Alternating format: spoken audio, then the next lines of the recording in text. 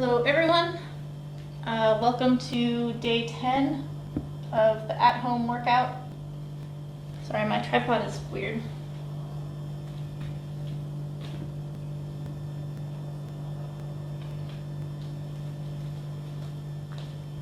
Alright, so it's day 10 and I'm just going to do what I did on day 1 actually. I'm going to do my 500 elbows and 500 knees, basically just to keep my consistency, to keep my repetition. I just kind of want like a high volume, just kind of get everything moving and work on the techniques today.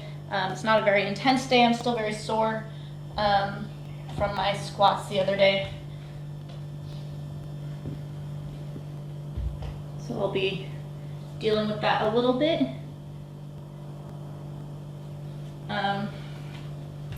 But if you guys want to join in, the whole point of high repetition is that you're just using the repetition to kind of smooth out any of the errors or kind of imbalances or any of the things that you have going on in your technique that repetition kind of calibrates for you. So you don't have to necessarily go super fast, but you don't want to go super slow either. So you want like kind of a steady pace that you can maintain. And you don't have to do 500. I'm doing 500 because that's what I decided to do, and so I'm sticking to it. But if you want to do sets of like 20 or 50 or something like that, whatever you're comfortable with, totally start at something that is manageable for you, but is still a challenge for you. You don't want to have things that are like, I did 10 of them and it was the easiest thing ever, because why are you doing it? I was doing these sit-ups that Andy had taught me yesterday, and I was like astonished that I could only do 15 of them. And when I told Kevin, he was like, 15 is really good, because they're actually incredibly hard to do. So the point is to get a number that's manageable but is difficult. Like, you still want it to have been difficult.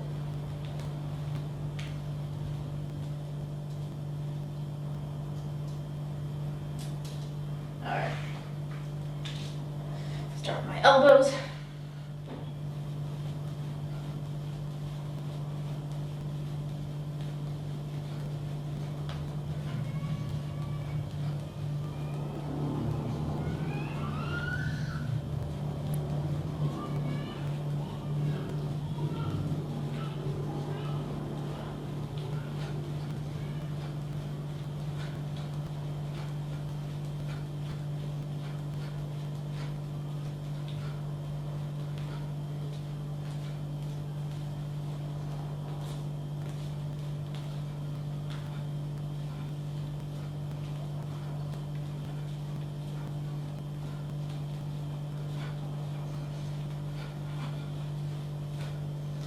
When I first started out doing high repetition of elbows, I only did this. These are called fan sok in Thai. It means to come across.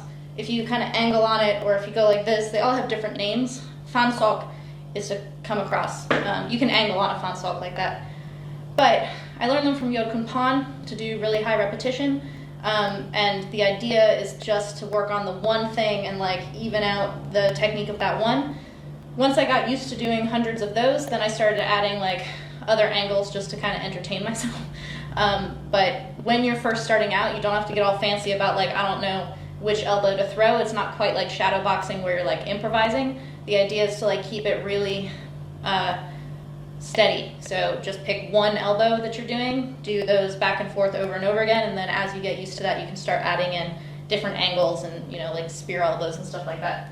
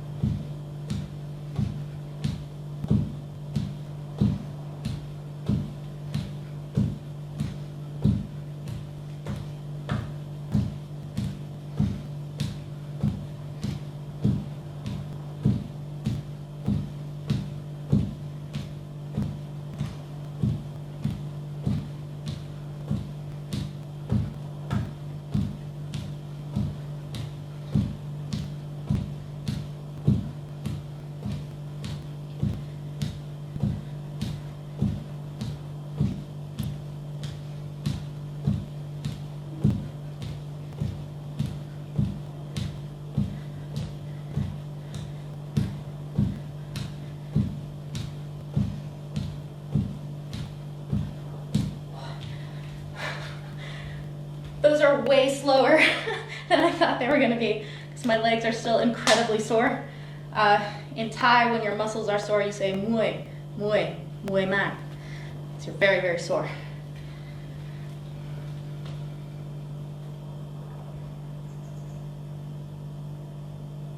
Chai Sasukun watching again. Ramba is watching. Holy shit.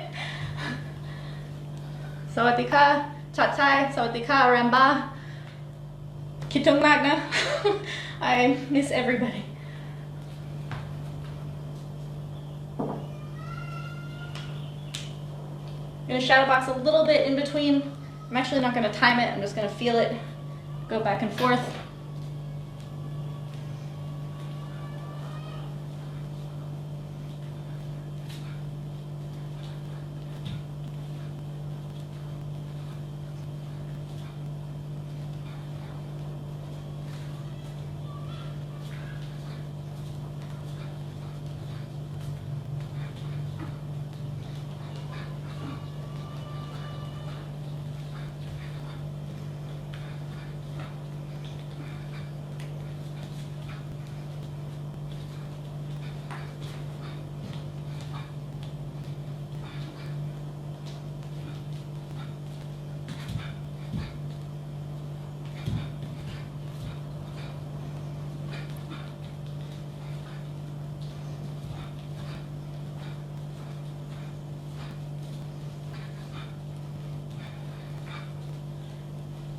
And get right back into my repetitions. I'm going to try to keep things rolling a bit more than I normally do today.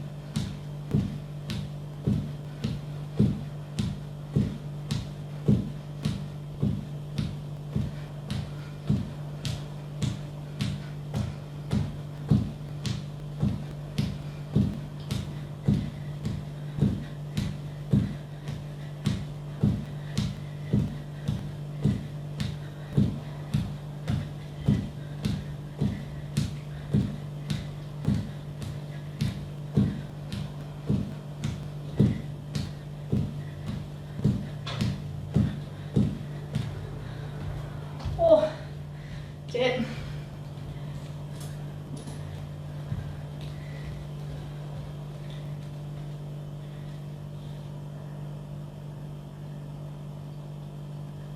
Mahasindhu Dasgupta asks, can I recommend some power exercises? I don't know what you mean by power exercises. I assume you mean things that will increase your power. Anything that's explosive will increase your power. So doing like burpees, jumping, like explosive type of stuff. If you want to increase your power, like in your punches, hit a heavy bag, like a heavy bag, rather than kind of the softer ones. Something that I noticed when I moved from Chiang Mai down to Pattaya, the bags were much harder, and I just got swole. Like I got so much more muscular. I have a body type that gains muscle very easily, but I just like kind of like powered up just by hitting much heavier bags and clinching. But anything that you want to increase your power, You don't need to be like lifting heavy weights, but you want to be doing explosive type stuff. So I would say like burpees, squatting, jumps, things like this, push-ups, stuff like that would be really good.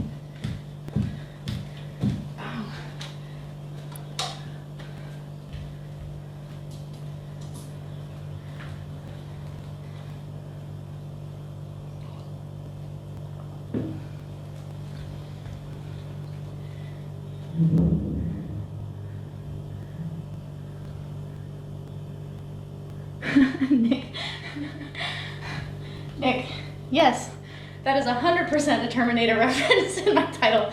I'm going crazy with quarantine a little bit, like totally losing track of time. My brothers and I like to quote Terminator and Terminator 2, Aliens a lot. So what year is totally from Terminator, but in my brother Gabe's voice, because he does it the best of all of us. Good cat, but like that.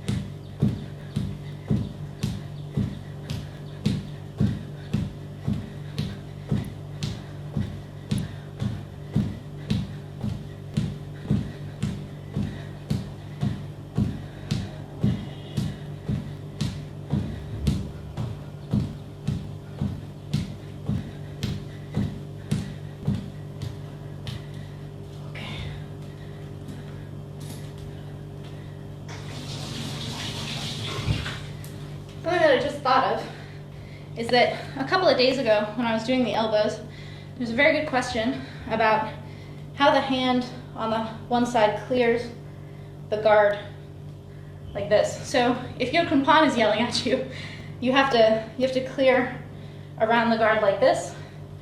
But it can be really difficult because it's based on your feeling, right? So my feeling is difficult to bring my hand to the outside of the guard.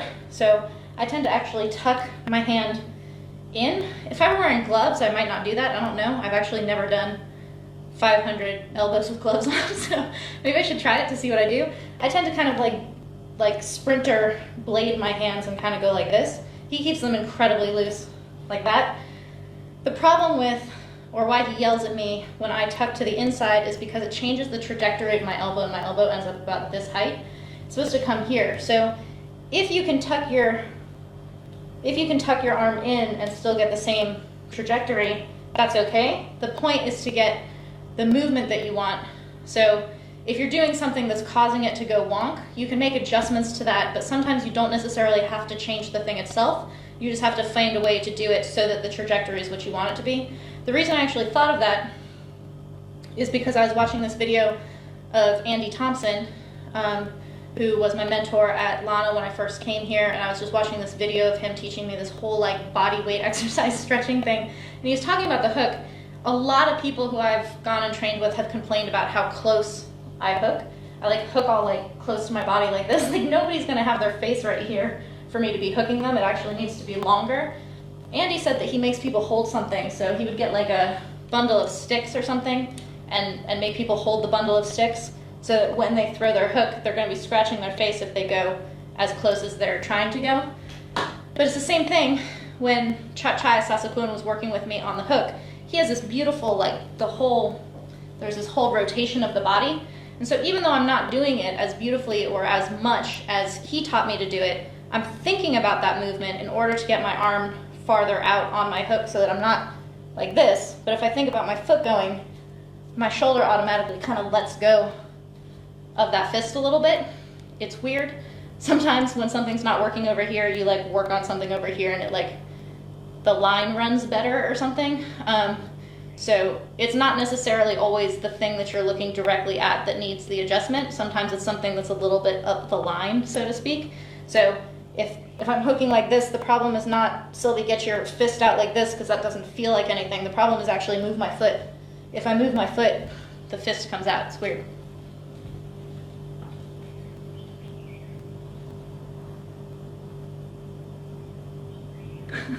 Nick.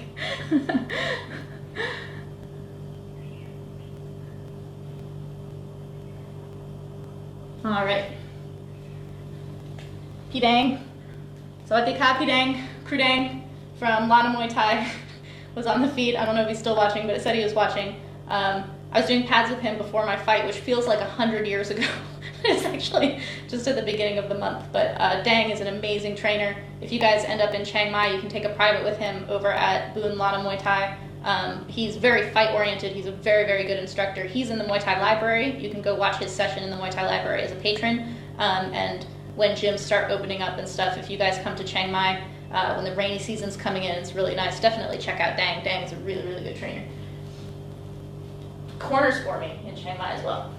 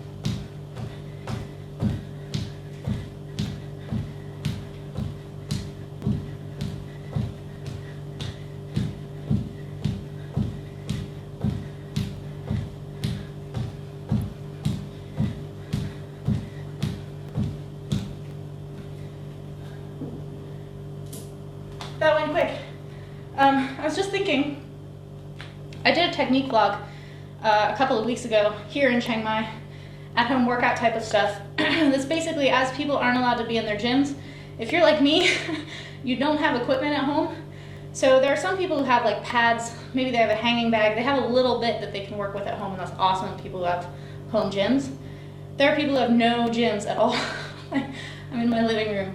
But there are ways that you can cheat, like the way that I'm using the wall. You can like bear crawl across your living room or whatever, but I was just thinking to myself, something that Ajahn Gimyu, who was a trainer to legends in the Golden Age, he was one of the most sought after trainers in the Golden Age. He's 78 years old now, absolutely incredible.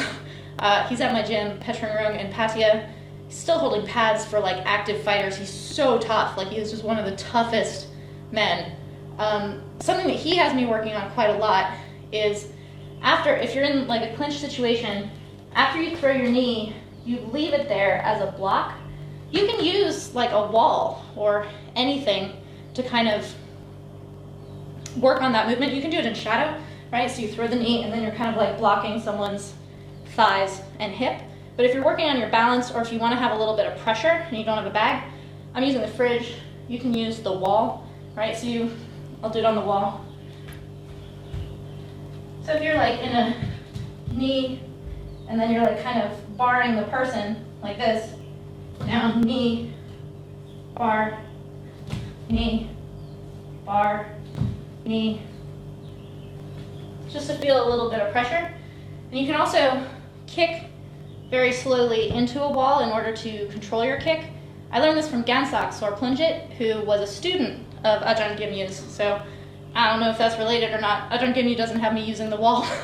I'm using the wall for both of the things that I learned. But Gansak taught me how to kick a wall in order to kind of calibrate your kick. So I'll do it over on that wall so that you guys can see it. But you're basically going to, a lot of people have a problem with their kick where they kind of like flick it, just because we learn it very differently. So they end up with like a hinged kick. A way to stop the hinge and kind of bring it up more in a like single piece ways to kick the wall. So this is from Gansak.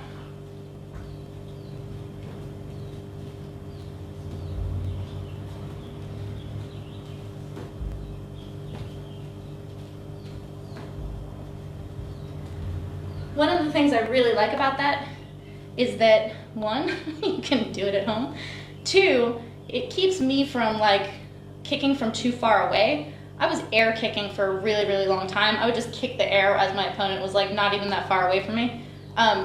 By training yourself to see this distance as a kicking distance and then having this like half kick, half knee, you're bringing everything as one piece, which is really cool. But it also reminds me of Master K, who was my first trainer in America.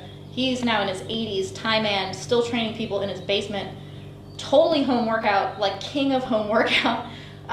He had this like half kick, half knee that he taught me that you have to like launch yourself into the bag. I can't do that against the wall, but it's the same form, which I really like. So it's a way to teach you to kind of like control your kick all the way up and all the way down to kind of not bash into your wall. So you don't have to, you won't throw yourself off balance. You are doing it slowly. If you can do something in slow motion, when you do it in regular speed, it's totally controlled and it's really beautiful. So you can actually see Gansak in the Muay Thai Library as well on Patreon, and all of my training with Master K is on YouTube on my channel for free. There's years of it, so have fun going through that. Master K is amazing. He has like all these details of powers in the standing leg and how to turn your hip and things like this. I was learning like PhD Muay Thai when I couldn't even color inside the lines with a crayon, basically, in terms of my skill. So it's cool now as I like have progressed in Muay Thai to recall back things, and I'm like, oh, Master K totally taught me that a long time ago.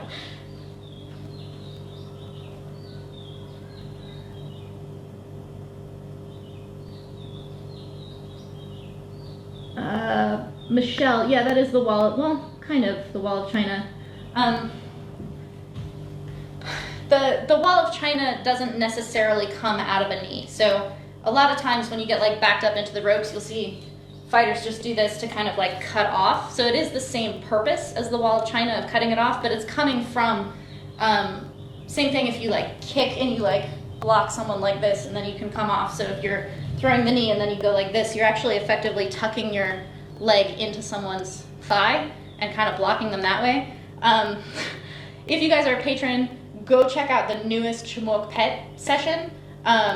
He has this amazing block that he was teaching me in that session that then when we watched him fighting, he was totally using it. It was amazing. I think it was in his fight against Pepsi. But he, I don't have a person, but basically you put your leg like this. And so this part is going into someone's thigh right here.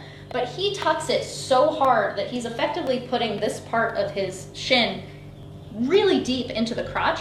So you can't move. Like when you have someone like cutting in here, not only can you not knee on this side, but it's so much disrupting your movement that you can't really put weight on this leg to do anything with that leg either. It's a really, really good block.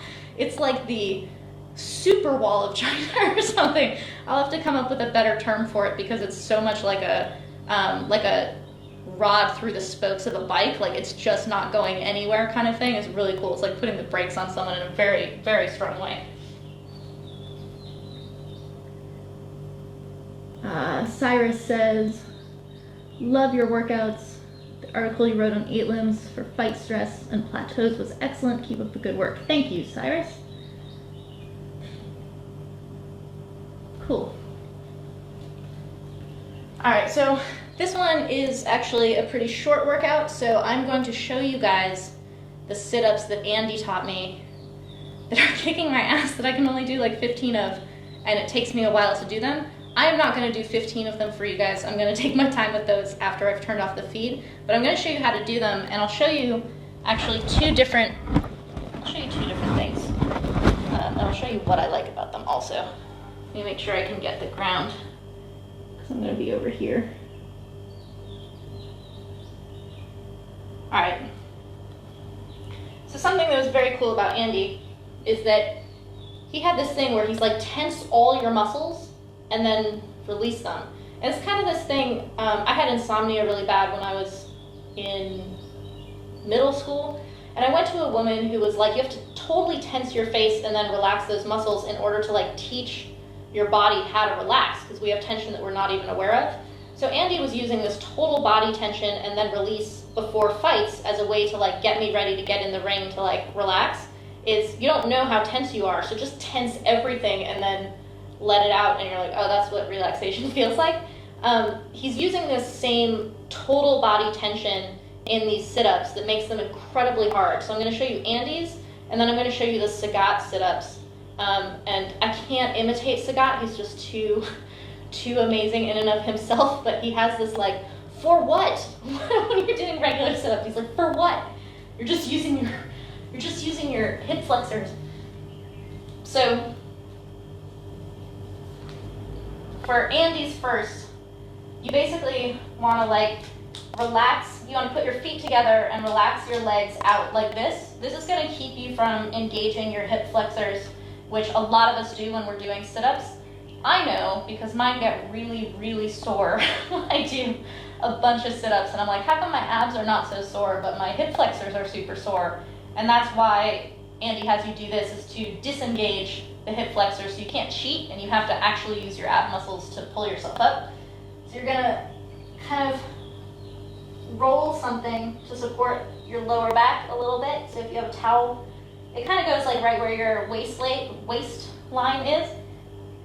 Just gonna go there just to engage it, because you're gonna like push your belly button into the floor, but you're basically just gonna do the slowest sit up ever. You don't even really sit up, you're just gonna exhale all the way and push harder as you come up. So tense everything.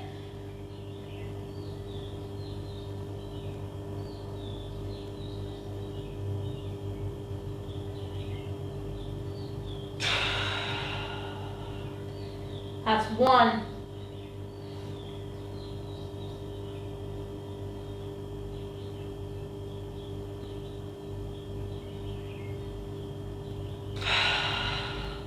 Two. You will feel this so fast. It reminds me, actually, I'm gonna give you guys a bonus one. My cousin Tom, who's a little bit crazy, he had an ab workout, which he would do in his bed, which was basically just tensing all his muscles and then pounding on his stomach. This is a mix between Andy's technique and the like hitting the abs with the pad that ties do. So you just totally tense up.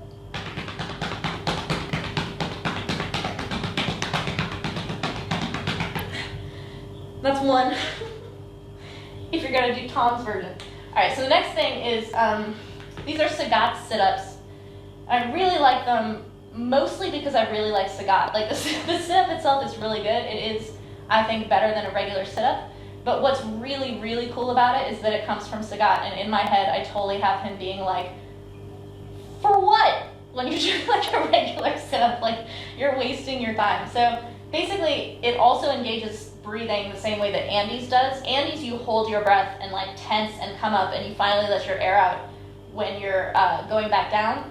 With Sagat, it's a little bit like a, I don't know, martial arts like exhalation thing. You do a regular sit-up with a regular exhale, but then you exhale again and really get all of the air out and do a pump at the end of it. So it looks like this. Keep your legs flat. You can tuck them under like a rope or a couch or something.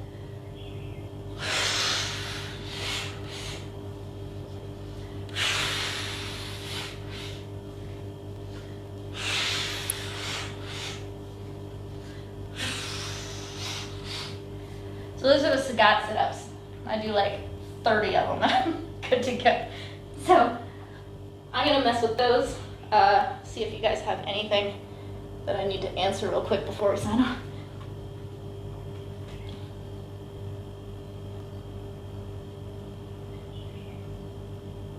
All right, cool. So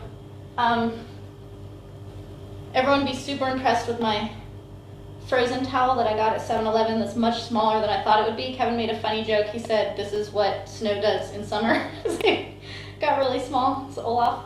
So I'm gonna finish with my sit-ups. I also do push-ups and planks because that's what I do at my home gym, and so it's a comfortable thing of habit for me.